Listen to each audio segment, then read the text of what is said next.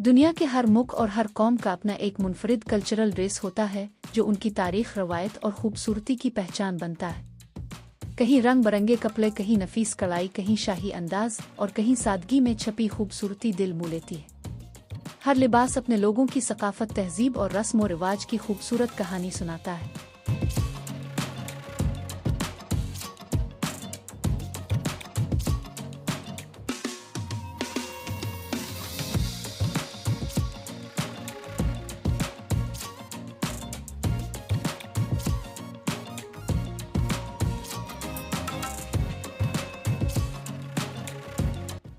आज की इस वीडियो में आप देखेंगे दुनिया भर की ख्वातीन के शानदार ट्रेडिशनल ड्रेसेस, जहां हर कौम का अंदाज सबसे अलग, सबसे खूबसूरत और सबसे खास है। कुछ लिबास अपनी चमक से हैरान करेंगे, कुछ अपनी नफासत से दिल जीत लेंगे और कुछ अपनी शान और शौकत से सबको मुतासिर कर देंगे। तो दोस्तों, आपको उन सब में से कौन सा कल्चरल ड्रेस सबसे ज्यादा पसंद आया? कमेंट में ज़रूर बताएं।